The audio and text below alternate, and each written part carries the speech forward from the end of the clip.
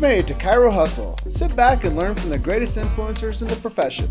This week's episode is brought to you by Clothes for Chiro, Legacy Wealth Management, Posture Screen, Imaging Services, Chiro Thin, Universal Tractioning Systems, Chiro Moguls, Zingit Solutions, Dr. Pete Goldman's Zone School of Healing, Everest Coaching Systems, Rhino Coaching, 5-Star Management, The Goodman Factor, Chiro Health USA, Max, Mahalo Wellness, and Chiro Expert.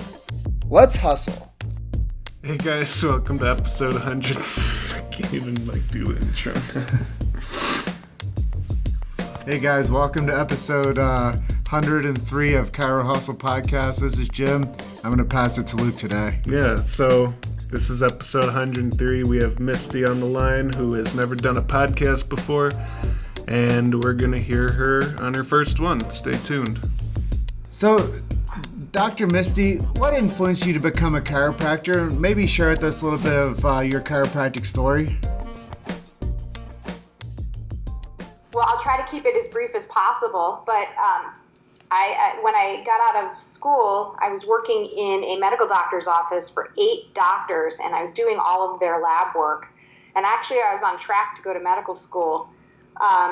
I did all the testing, the pre and post testing before and after they would see the doctor, and then they'd get a prescription. I'd see them the next week. They'd get the same prescription. They didn't look good. They didn't feel good. And the thing was, I was doing the same thing with my health. You know, I had health issues, and I was doing all the things that the doctors told me, which was taking medication. And somebody had suggested that I go to a chiropractor. So I went, and now here I am today, 22 years later, still practicing chiropractic. Because chiropractic, it did change my life. It changed my health. So instead of going to medical school, I ended up going to chiropractic school. And so in a nutshell, that is my story. Yeah, finding chiropractic for everybody's a little unique, right? Sure, yeah. So at this juncture, what would you say makes you unique after 2 decades of being in chiropractic? What makes me unique? Well, I'm practicing the way that I want to practice, not the way we perceive that we have to practice. And what I mean by that is being at the beck and call of our patients, being open every single day of the week. I mean, I want to serve my patients. I want to serve my community. But at the core, I'm a mom, I'm a wife, and I want to be home with my family. I mean, that's one of the reasons why I decided to open up my own practice so I could do things my way.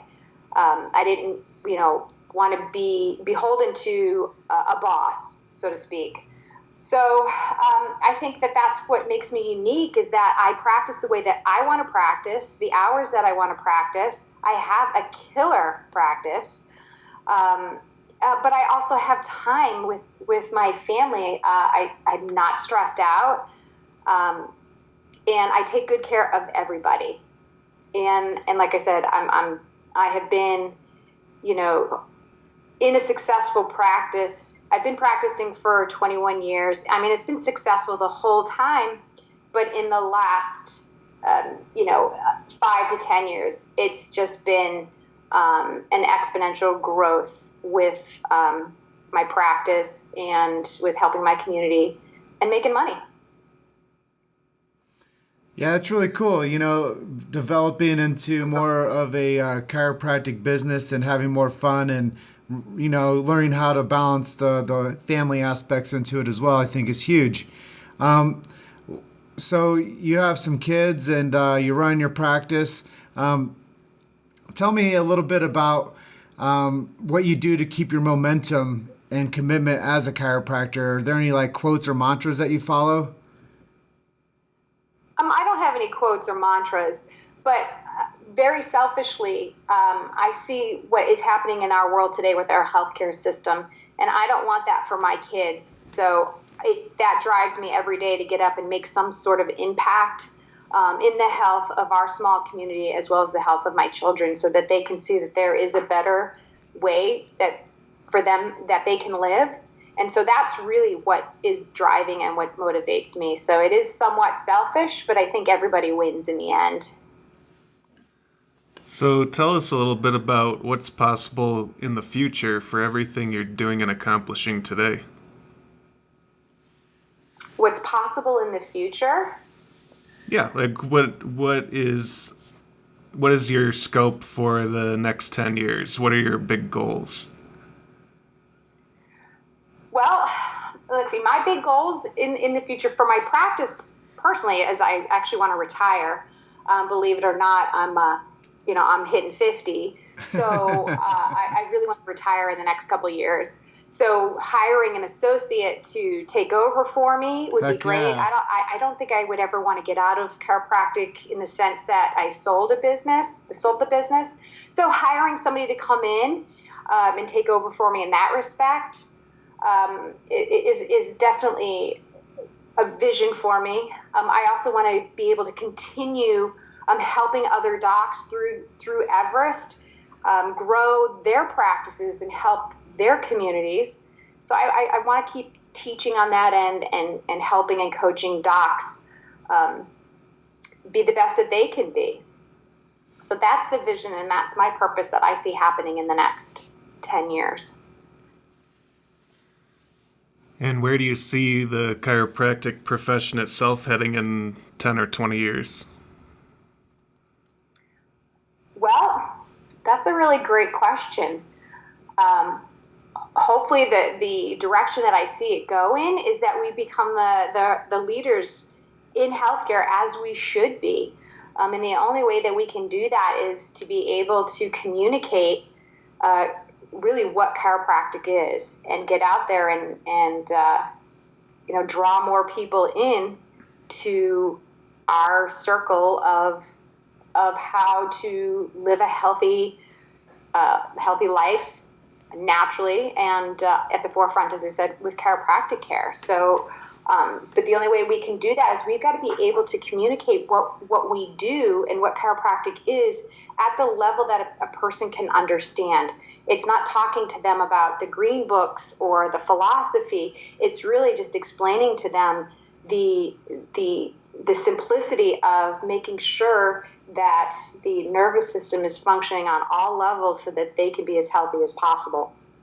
So I think that's, we've got to be able to do that. We've got to be able to communicate chiropractic on a level that resonates with everybody and at a level that they can understand. Yeah, I think you're spot on when it comes to, certainty. The chiropractic profession has to figure out some baseline business models to be able to be more uniform for people to be able to say, okay, if I do this, it works, I'm going to keep doing this. And I think sometimes chiropractic had lost its way with how it, became absorbed in trying to get reimbursed for certain things through a medical type model instead of a chiropractic style. And I think that what you're doing is you're helping a lot of people understand that chiropractic is the best thing in the room. Right, exactly. And it's not just about getting sickness, getting them their sickness well. I'm probably not saying this correctly. It's not about just getting them out of pain or, correcting an underlying health problem. It's really pushing into true prevention, which we don't really have in our healthcare system. It's not about prevention. And so I think that as leaders, we absolutely have that. And it's going to be a tough road, but I think that we definitely, if we are persistent and keep at it and keep not just educating, but really showing people what, true health can be in terms of prevention and what you can prevent, I think more people definitely jump on board. They don't like where the healthcare system is going. They just don't know what else to do, and that's where we come in as chiropractors. Heck yeah. And the thing is that you're saying there is people start feeling better. And the thing is that most people want with health, when they think of health care, that they want to feel better. Right.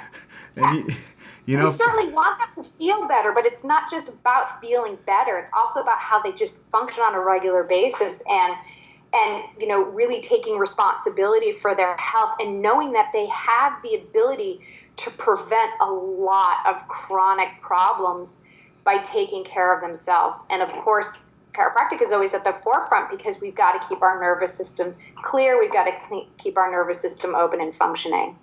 And that's just what it's all about. It's that whole consistency and the vibe around consistency with anything that we do that's a healthy habit. It's going to give us great outcome.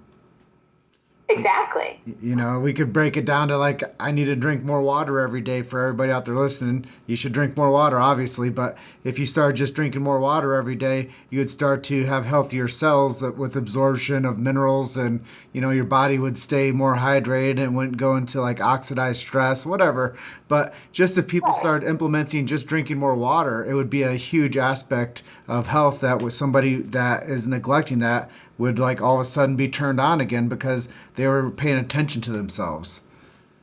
Yeah, exactly. And isn't that so simple? Just drink more water. That's the things that's one of the first things I tell people when we talk about health, after they're nervous, just drink more water. What can I do? Drink more water. So I just love that. That's, one of my favorite, easiest tips to give everybody. Everybody needs to do it. Yeah, and that's the thing is I tell people also when they get into this chiropractic, health model, which I think that chiropractic does restore health and gives people back more vitality and gives them more expression of their innate abilities. I think that a lot of things that people have inside of them become better just by being attached to a chiropractor. You have a trusted resource to tell you about functionality and diet and headspace stuff. And not only that, but it's a direct impact on the nervous system, like you were saying earlier.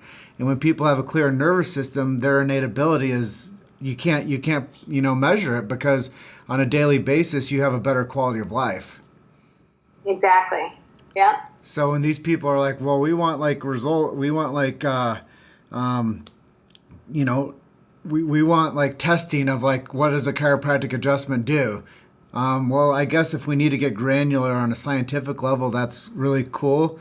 But if you just track somebody that got adjusted from birth to the whole life, you would see the transition of greatness within that person. And exactly. I think that's the part where it's a lifetime of measurement. It's not like we can't take it down and make it like, we're going to make effects on the human blood system when we adjust somebody. But when you follow somebody's quality of life that gets adjusted regularly, they're a different person. Yeah, absolutely. Absolutely. And certainly my children are examples and models of that. So that's so exciting for me to see. And I think it's also exciting for my practice to see because they grew up in the business. So people really can see and can experience, really true chiropractic health and lifestyle.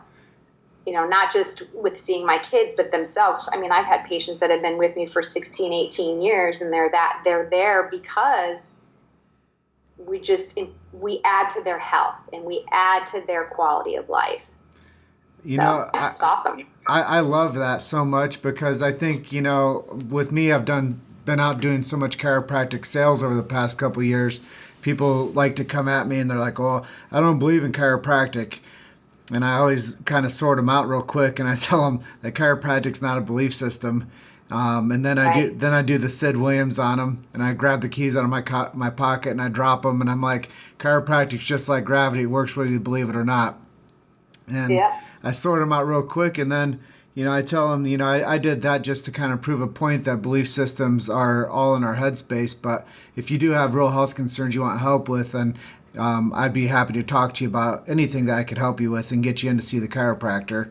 And I say at that point, you can talk to that chiropractor about any health concerns you have. Mm-hmm. Yeah, exactly. So perception's reality, and if I disarm that person through letting them know that a broken belief system doesn't give them absolute health, then what are you thinking about? Right. Well, and I always say this: if somebody stopped and engaged with you, there's something there. They want something from you. Always. They want that. Always. So I always believe that somebody's, even if it's a negative and they stop to talk to me, they wanted something. Exactly. They wanted something. We just had to find out what it is that they wanted. People don't walk on the lot to get out of the rain. Correct. I love that. Yeah, there's a lot of synergy when it comes to like understanding why people do show up. And the thing is not to arm them with more aggression towards anything, but to disarm them and let them know that you have solutions to help them. Correct. Yeah. And I think that you probably, after 21 years of practice, you've seen people come in with everything under the sun as a concern and everything under the sun as like a mental roadblock for their healing, or, I don't believe in this, and, why do I have to pay for this? And, why do you value it at that? And a lot of, back on the heels defending stuff. And I think that that's what the people out there that are looking for chiropractic have kind of, been told, is that they, chiropractors are not credited, and there's this that you have to like worry about. And at the end of the day, I think that so many people just walk around misinformed. Yes, absolutely. Absolutely. That's a great word, misinformed. So we have to do an amazing job of cleaning up the PR going forward. Oh, for sure. Yeah. Yeah. So, can you tell us some of your favorite marketing strategies and tactics? So, obviously, okay, so when I first started practice, I actually used to do inserts in our local newspaper, and those things were killer for my practice. Newspapers aren't so big around here anymore, so I haven't done those for probably about, 6 or 8 years. But that's what I started out with, and it grew a killer practice for me. And that's all I did for probably 10 or 15 years, was just do these newspaper inserts. But now I do, obviously I do, just like everybody, I do Facebook advertising.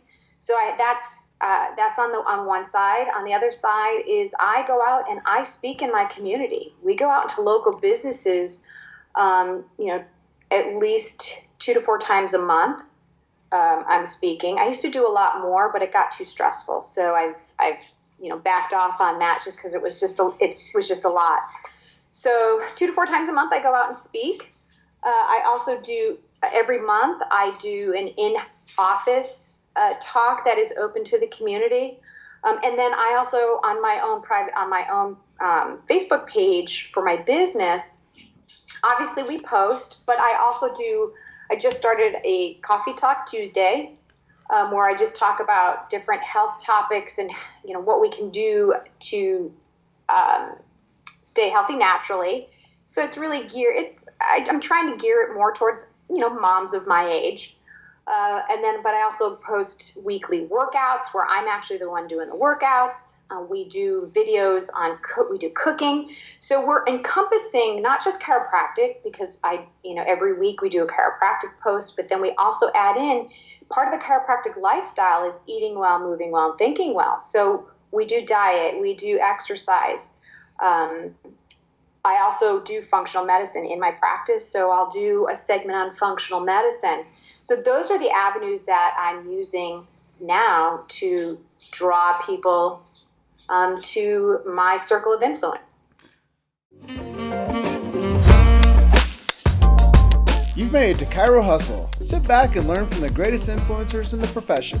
This week's episode is brought to you by Clothes for Chiro, Legacy Wealth Management, Posture Screen, Imaging Services, Chiro Thin, Universal Tractioning Systems, Chiro Moguls, Zingit Solutions, Dr. Pete Goldman's Zone School of Healing, Everest Coaching Systems, Rhino Coaching, 5-Star Management, The Goodman Factor, Chiro Health USA, Max, Mahalo Wellness, and Chiro Expert. Let's hustle. What would you say is your favorite social media platform? Well, I'm only on Facebook, so that would have to be it. No, that's fair. I'm not, I'm not so savvy. I'm really not very tech savvy, and so it's Facebook. I tried doing some other stuff like sending stuff through private message, and I'm sure I could get on Instagram, but right now I just feel, I'm just focused on doing the Facebook stuff because for me right now, it's easy. I've learned how to do it and have figured it out. So that's my avenue that I've been doing. Yeah, that's pretty cool. It's interesting to see where newspaper ads turned into Facebook ads, and it's kind of where the audience. We have to go where the audience is eating, right? And if people are people are looking at the newspaper while they're eating, put your information there. If people are on their cell phones while they're eating, put your information there. Yep. And really, that's what it is we've changed ourselves of how we're actually a consumer and how we actually buy and sell things. Yeah, absolutely. And people take offers with a lot less recommendation now. They follow cultural authority. They follow what other people are saying through reviews and through that type. That's the new gold standard for referrals. Right. Is you gotta get the reviews going, and you have to get that social proof in your marketplace. And that's how I see a lot of, even from the newspapers to the Facebook ads, there has to be a high level of social proof where people are saying, this person's awesome and I love them. Right. Yeah. So I think that has a lot to say about somebody's share of the marketplace too. And we talk about chiropractors being successful in marketing. They have to get their digital landscape bought up. Like they have to start thinking of the digital platforms as like a land grab, and they have to get reviews. If not, their digital formats aren't going to drive them business. Right. Absolutely. But I think, and in that respect, I also, think that in how you provide your digital marketing is also another thing as well. Meaning, when I do anything, my workouts are just to give people a workout. Most people don't know where to start. Mm-hmm. So I'm not asking for anything in return, but it's building trust. It's building a relationship. Even though people might not have ever met me, they feel like they know me because I talk to them through my workouts. I talk to them through the Coffee Talk Tuesdays. And these aren't long videos that I do. The workouts are, 2 to 4 minutes, and the Coffee Talk is less than 6 minutes. So it's not long. People don't have a big attention span for too much at one time. But I don't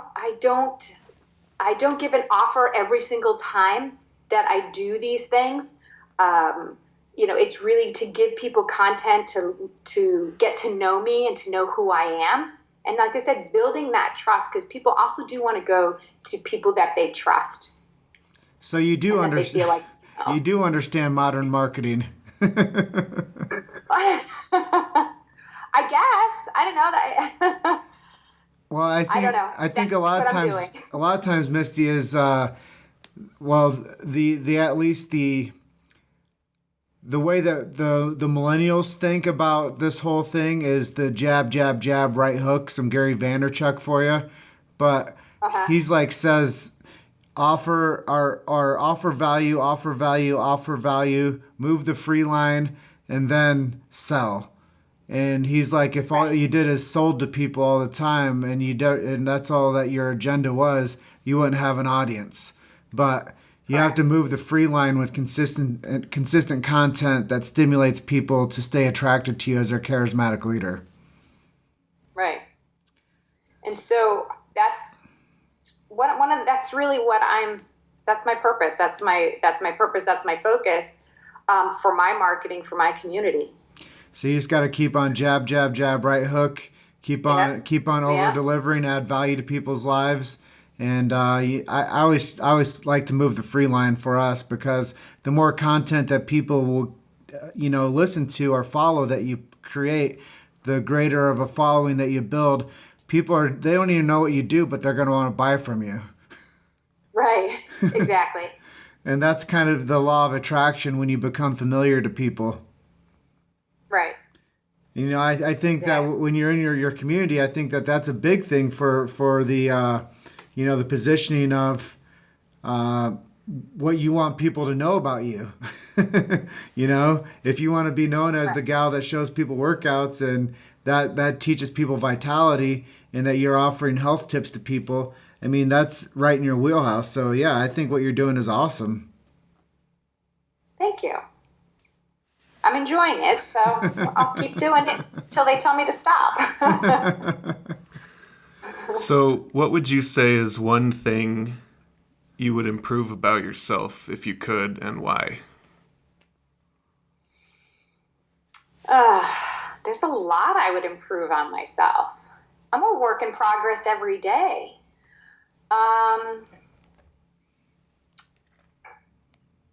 Gosh, that's a hard one. So what would I improve on? I think I would definitely improve on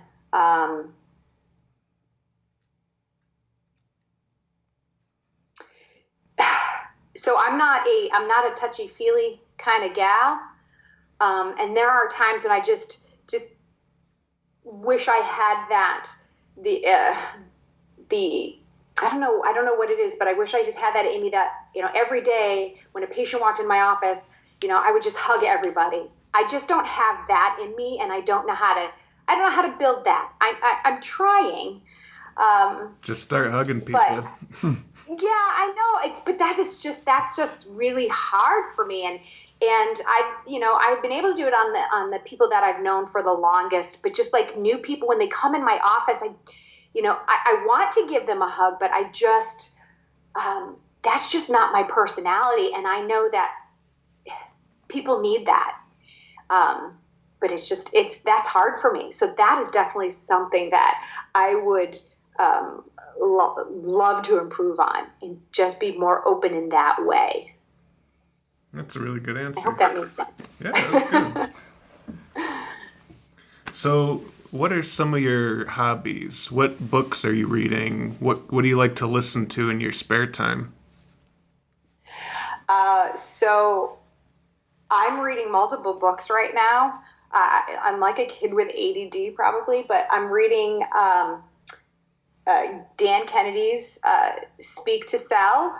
I'm reading this book called The Energy Bus by John Gordon, and then I'm also just reading a fun book. I love the Spencer books. He's a PI from Boston, and I love to read those. So I'm reading all three of those right now. So that's what I like to read.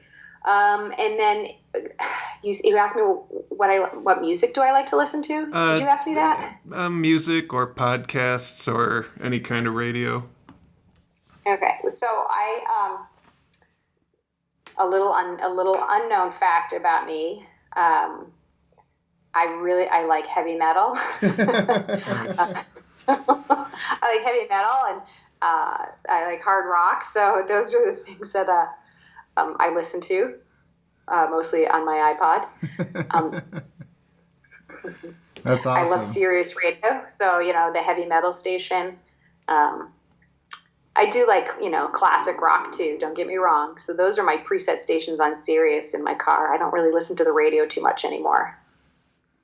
Been spoiled with satellite. What are some of your hobbies? What are some activities you like to do?